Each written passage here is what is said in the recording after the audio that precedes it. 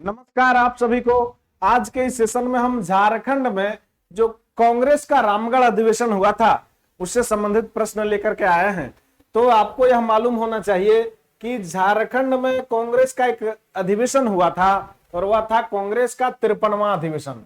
क्यों अधिवेशन हुआ था? तो कांग्रेस का 53वां अधिवेशन हुआ था। यह बात आप याद रखेंगे। और यह एकमात्र कांग्रेस का पहला अधिवेशन भी था और एकमात्र अधिवेशन था। इसके बाद और इससे पहले कोई अधिवेशन नहीं हुआ था। अगर सवाल यह आवे कि झारखंड में कांग्रेस का सबसे पहला अधिवेशन कौन सा था तो वह 53वां अधिवेशन होगा। और यह पूछे कि अंतिम कौन सा था तो 53वां और एकमात्र तो 53वां। ठीक है, एकमात्र अधिवेशन हुआ था 53वां अधिवेशन। वह हुआ था रामगढ़ में। कहां हुआ था? रामगढ़ में। कब हुआ था उसको भी आप देख लीजिए। रामगढ़ में 19 और 20 मार्च को यह अधिवेशन था, वर्ष 1940 में। वर्ष 1940 में।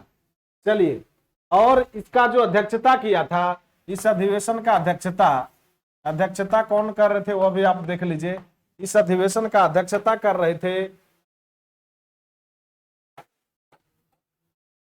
कौन कर रहे थे? तो अबुल कलाम आजाद कर रहे थे। मौलाना अबुल कलाम आजाद। ठीक है, यह याद रखेंगे आप, ये अबुल कलाम आजाद। चलिए, अबुल कलाम आजाद। तो यहां पर सवाल था कि कौन सा अधिवेशन हुआ था। ठीक है, तो यह 53वां अधिवेशन था, रामगढ़ का अधिवेशन।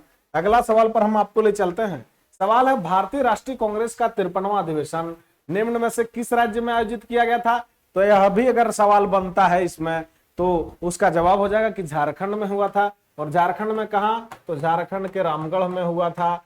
झारखंड के रामगढ़ में हुआ था 53वां अधिवेशन। अगला सवाल है, कांग्रेस का एकमात्र अधिवेशन झारखंड के किस स्थान पर आयोजित किया गया था? यह भी सवाल इसमें बनता है। तो इसका जवाब हो जाएगा कि कहां पर आयोजित किया गया था? तो रामगढ़ में आयोजित किया गया था। अगला सवाल यहां पर इससे संबंधित जो आ सकता है आपके प्रश्न में, इससे संबंधित जो आ सकता है वह है, झारखंड के रामगढ़ में कब से कब तक कांग्रेस का एकमात्र अधिवेशन आयोजित किया गया था? यह प्रश्न भी आपको आ सकता है। तो इसका जवाब हो जाएगा, मैंने आपको बताया था कि 19 से 20 मार्च तक यह जो अधिवेशन है वह चला था और इसका अध्यक्षता अबुल कलाम आजाद ने किया था। चलिए, अब हम आगे इसको लेकर के जा रहे हैं इस सेशन को। और अगला सवाल यहाँ पर इससे जुड़े जो है वह है कि झारखंड में 1940 में आयोजित कांग्रेस के 53वें अधिवेशन की अध्यक्षता किसने की? तो यह बात आप जान लीजिए कि अबुल कलाम आजाद अध्यक्ष थे। इस अधिवेशन के समय कांग्रेस के अध्यक्ष यही थे। ठीक है, उसके बाद यह अधिवेशन तो वर्ष 1940 में हुआ था। तो वर्ष 1940 में अगर सवाल आवे कि कांग्रेस के अध्यक्ष कौन थे, कांग्रेस के अध्यक्ष कौन थे, सवाल अगर रहे कि कांग्रेस के अध्यक्ष कौन थे वर्ष 1940 में, तो इसका जो जवाब हो जाएगा वह आप लिखेंगे कांग्रेस के अध्यक्ष में। क्या नाम लिखेंगे कांग्रेस के अध्यक्ष में? तो मौलाना अबुल कलाम आजाद। इसमें जो नाम होगा वह मौलाना अबुल कलाम आजाद होगा। ठीक है, चलिए अब हम आगे यहां पर हम आपको ले चल रहे हैं मौलाना अबुल कलाम आजाद हो जाएगा। ठीक है,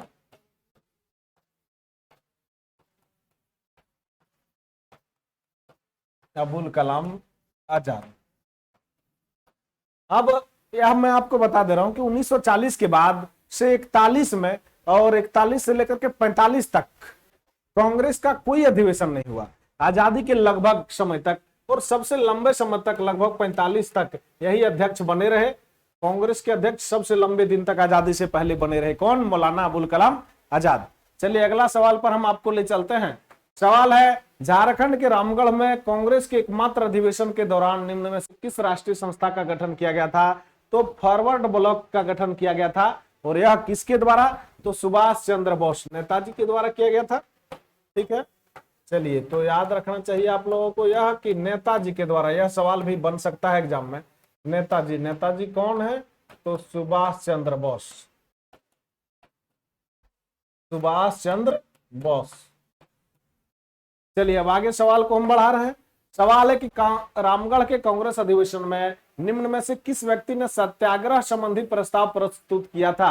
तो सत्याग्रह संबंधी प्रस्ताव उस अधिवेशन में जवाहरलाल नेहरू जो भारत के प्रथम प्रधानमंत्री थे, प्रथम प्रधानमंत्री के द्वारा बाद में बने ये प्रथम प्रधानमंत्री, लेकिन उस समय यह कांग्रेस के नेता थे, कांग्रेस के नेता थे। बाद में यह क्या बने, भारत के प्रथम प्रधानमंत्री। अगला इनके पिताजी का नाम था, इनके पिताजी भी कांग्रेस के वरिष्ठ नेता थे। इनके पिताजी का नाम था मोतीलाल नेहरू। यह भी आप याद रखेंगे, मोतीलाल नेहरू। यह भी कांग्रेस के वरिष्ठ और कदावर नेता में से नाम था इनका भी। अगला सवाल है 1940 ईस्वी में रामगढ़ के कांग्रेस अधिवेशन के दौरान निम्न में से किसने अखिल भारतीय समझौता विरोधी सम्मेलन का आयोजन किया था? तो अखिल भारतीय समझौता विरोधी सम्मेलन का आयोजन किया था एम.एन. राय ने किया था। किसने किया था? तो एम.एन. राय ने। अगला सवाल पर हम आपको ले चलते हैं। अगला सवाल आपके सामने जो है वह स्क्रीन बोर्ड पर यह रहा। अगला सवाल आपके सामने है, रामगढ़ के कांग्रेस अधिवेशन के सभा स्थल का नाम क्या रखा गया था? तो रामगढ़ के कांग्रेस अधिवेशन का सभा स्थल का जो नाम रखा गया था वो मजहर नगर रखा गया था। क्या रखा गया था? मजहर नगर। किसके नाम पर? तो चलिए ये मैं आपको बता दे रहा हूं, मजरूल हक के नाम पर, मजरूल हक के नाम पर नाम रखा गया था मजहर नगर। और यहाँ पर उस सभा स्थल का नाम था, ये कहाँ का नाम था? तो सभा स्थल का नाम था। ठीक है, और आगे हम सवाल पर आपको ले जा रहे हैं। अगला सवाल है यहाँ पर कि निम्न में से किसने रामगढ़ के अधिवेशन, कांग्रेस अधिवेशन के दौरान रेडिकल डेमोक्रेटिक पार्टी की आधारशिला रखी थी? तो रेडिकल डेमोक्रेटिक पार्टी की भी आधारशिला एम.एन. राय ने रखी थी। चलिए अगला सवाल है, 1940 ईस्वी में रामगढ़ के कांग्रेस अधिवेशन के दौरान निम्न में से किस पार्टी की आधारशिला रखी गई थी? तो चलिए इसका भी यही जवाब हो जाएगा, रेडिकल डेमोक्रेटिक पार्टी। अगला सवाल है, यहाँ पर सवाल है कि रामगढ़ में कांग्रेस अधिवेशन से पूर्व निम्न में से किसने खादी ग्राम उद्योग का शुभारंभ किया था? तो रामगढ़ में जो कांग्रेस अधिवेशन हुआ था 19 और 20 मार्च को, उससे पहले वहां पर जाकर के इन्होंने किया था। कब?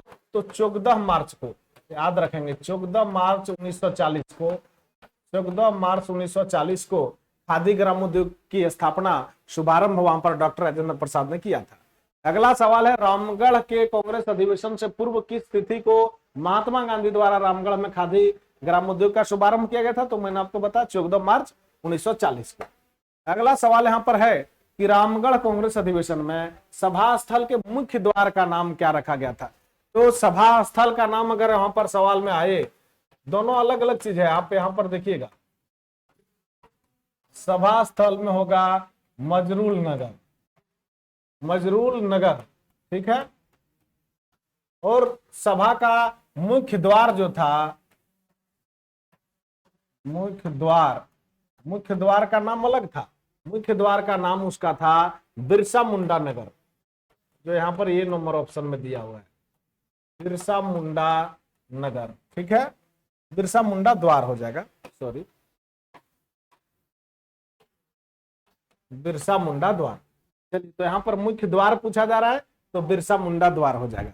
अगला सवाल यहां पर यह है कि 1940 में कांग्रेस का जो रामगढ़ अधिवेशन हुआ था, उसमें स्वागत समिति के महासचिव कौन थे? तो स्वागत समिति का महासचिव पूछ रहा है, तो स्वागत सचिव के समिति के महासचिव थे अनुग्रह नारायण सिंह। यहाँ पर सब हम आपको लिख देते हैं, अगर आपको सवाल में आवे स्वागत समिति के अगर अध्यक्ष आपको पूछा जाए,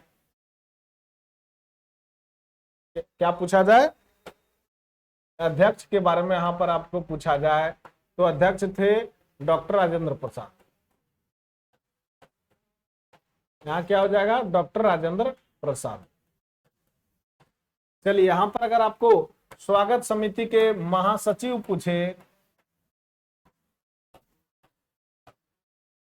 क्या सवाल रहे?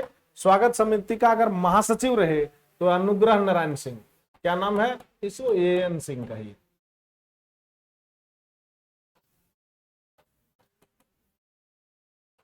अनुग्रह नारायण सिंह।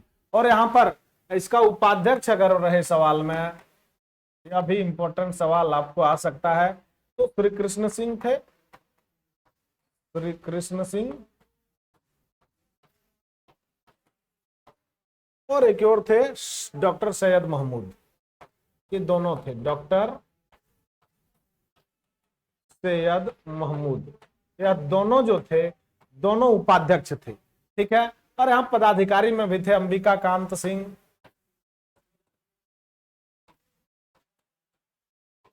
पदाधिकारी स्वागत समिति के पदाधिकारी में अगर आवे सवाल तो यह भी आप याद रखेंगे। वहां पर जो रामगढ़ कांग्रेस अधिवेशन हुआ था उसमें पदाधिकारी में नाम था अंबिका कांत सिंह। चलिए अब यहां पर इस प्रकार से सब आपका क्लियर हो गया। चलिए अगला सवाल। यहां पर तो सवाल यह था कि स्वागत समिति के महासचिव अनुग्रह नारायण सिंह। अगला सवाल है 1940 में कांग्रेस के अधिवेशन में स्वागत समिति के अध्यक्ष कौन थे? तो अध्यक्ष हो गए डॉक्टर राजेंद्र प्रसाद। अगला सवाल पर हम आपको ला रहे हैं कांग्रेस अधिवेशन में स्वागत समिति के उपाध्यक्ष कौन थे? तो उपाध्यक्ष दोनों थे श्री कृष्ण सिंह, सैयद अहमद। तो यहाँ बी और सी दोनों इसका जवाब हो जाएगा। चलिए अगला सवाल है रामगढ़ में कांग्रेस अधिवेशन डॉक्टर राजेंद्र प्रसाद द्वारा भारत एवं विश्व संकट पर मुख्य प्रस्ताव का अनुमोदन निम्न में से किसने किया था? तो प्रस्ताव लाया था डॉक्टर राजेंद्र प्रसाद ने। किस विषय पर? तो भारत एवं विश्व संकट। पहला ही दिन जिस दिन 19 मार्च को जिस दिन अधिवेशन शुरुआत हुआ था उसी दिन प्रस्ताव लाया गया था डॉक्टर राजेंद्र प्रसाद द्वारा भारत एवं विश्व संकट पर। उस प्रस्ताव का अनुमोदन किया था पंडित जवाहरलाल नेहरू ने। इसका जवाब क्या हो जाएगा? जवाहरलाल नेहरू ने इसका अनुमोदन किया था। सवाल है 17 से 19 मार्च 1940 को रामगढ़ में कांग्रेस विषयक निर्वाचनी समिति की बैठक के प्रथम दिन निम्न में से किसके द्वारा भारत तथा विश्व संकट पर मुख्य प्रस्ताव प्रस्तुत किया गया था? यह तो 17 से 19 चला था निर्वाचन समिति की बैठक। तो उसमें किसने किया था? तो डॉक्टर राजेंद्र प्रसाद ने विश्व संकट पर, भारत एवं विश्व संकट पर। अगला सवाल यहाँ पर आपके सामने है वह है कि 1940 ईस्वी में रामगढ़ के कांग्रेस अधिवेशन में स्वागत समिति के पदाधिकारी कौन थे? तो मैंने आपको बताया कि अंबिका कांत सिंह और ज्ञानचंद्र सोधी ये भी थे। तो प्रचार पदाधिकारी थे। ये कौन थे? प्रचार पदाधिकारी। अभी याद रखेंगे प्रचार पदाधिकारी। ठीक है। चलिए और ये क्या थे? श्री कृष्ण सिंह क्या थे? उस के उपाध्यक्ष थे, स्वागत समिति के उपाध्यक्ष। चलिए अगला सवाल यहां पर हम आपको ला रहे हैं। सवाल है 1940 में रामगढ़ कांग्रेस अधिवेशन के प्रचार पदाधिकारी कौन थे? तो प्रचार पदाधिकारी ज्ञानचंद्र सोधी।